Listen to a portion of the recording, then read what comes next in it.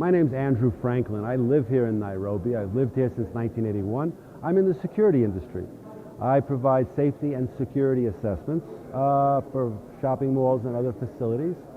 I'm also a commentator on security issues and political issues as well as governance issues here in Kenya.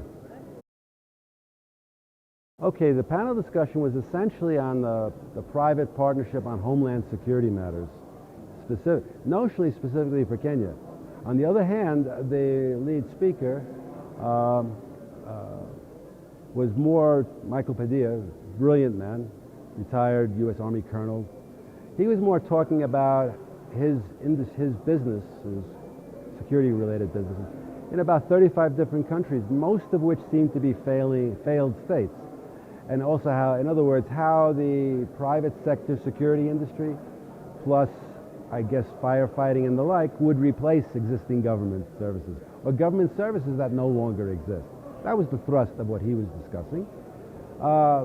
My take on that, since I was on the panel for Homeland Security, was that Kenya is a failing state, not yet failed, and that we need to comply or implement all the existing laws relating to the police and other security forces, but that there were, in fact, opportunities for the private sector to do business here. But not by, my contention was not by substituting for the public agencies, since they are all still here, more or less. But it was worthwhile talking, because you need to have, the good thing about this sort of event is different opinions can cause people to think out of the box, really out of the box, and also when they're seeing the exhibitors, perhaps say, oh, these people can supplement existing government agencies, or these people are not going to be replacing the government. They're going to, because government has not even thought to do this and probably never will. So there is a lot of value there. I also had the opportunity, care of Colonel Gafinji, yesterday afternoon, to actually give a brief for about 20 minutes off the top of my head, essentially on fighting terrorism or countering terrorist attacks to places like Lavington Mall, which is my neighborhood community center, my mall, where I've also been wrangling to get a security assessment contract. Yes, to upgrade or to enhance Lavington Mall security, make it safer for people to use, not merely from terrorist attacks, but from the possibility of fire. Also, emergent criminal behavior that is a reality, unfortunate reality in our life. The NCTC speaker, before I was on the Homeland Security panel, but also mentioned something very important, which is see something, say something. And a lot of the displays here at Securexpo East Africa do provide the way of seeing things.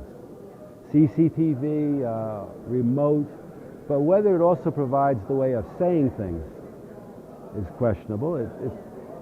I try to work much of the time with human beings, because my experience as a nuclear security officer way back when in the Marine Corps, or as a Marine Corps officer, is that much of our mess-ups, our mistakes, are due to human mistakes or just gaps, that humans are not machines. And I don't believe that machines can take the place of human beings, of operators.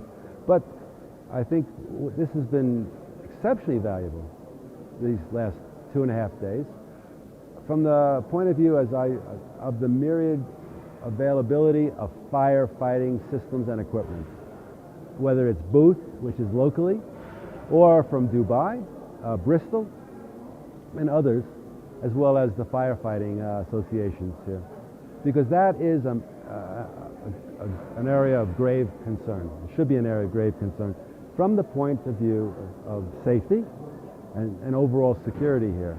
You see, you're more likely in Kenya, and after 38 years, I'm sort of an expert, not on dying here, but on ways to die perhaps. You're more likely to die or be severely injured in a fire than you are in a terrorist attack. On the other hand, if you do have a terrorist attack at 14 Riverside Drive, Dusit 2 Hotel, Westgate, and other places, you also are very likely to have fires that break out at the same time. And you're also very likely to have malfunctioning systems, but also from a more simplistic way of looking at it, if you are able to conduct fire drills and also mitigate the effects of fire in high rises, shopping malls, and schools, you're also able to evacuate your people in the event of a terrorist attack.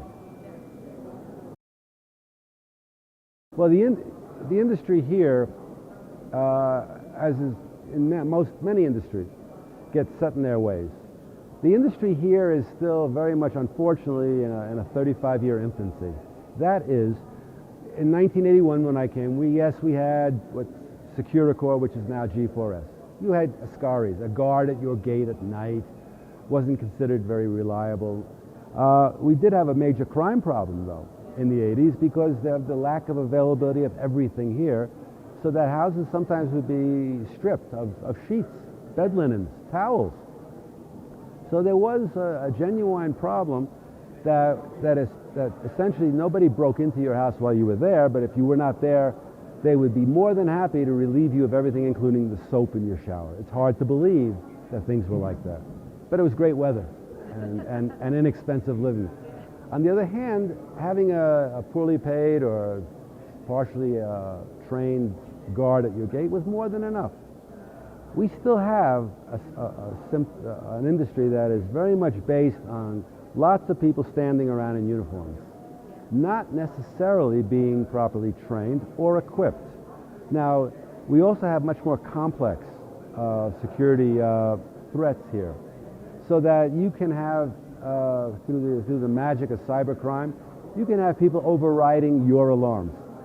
You can, in fact, without much technical ability on the part of the bad guys, you can have them putting out your household alarm, so that if you do have a guard at a gate or with a mobile with an alarm, the alarm may no longer work because they have managed to put it out. There's a lot of systems here that cause people who are wedded to doing things the old-fashioned way and charging for it, may become more aware of the risks and also the way to avoid those risks or get around the risks. And by coming here and getting out and about and talking to people, and I found that the exhibitors are all very friendly.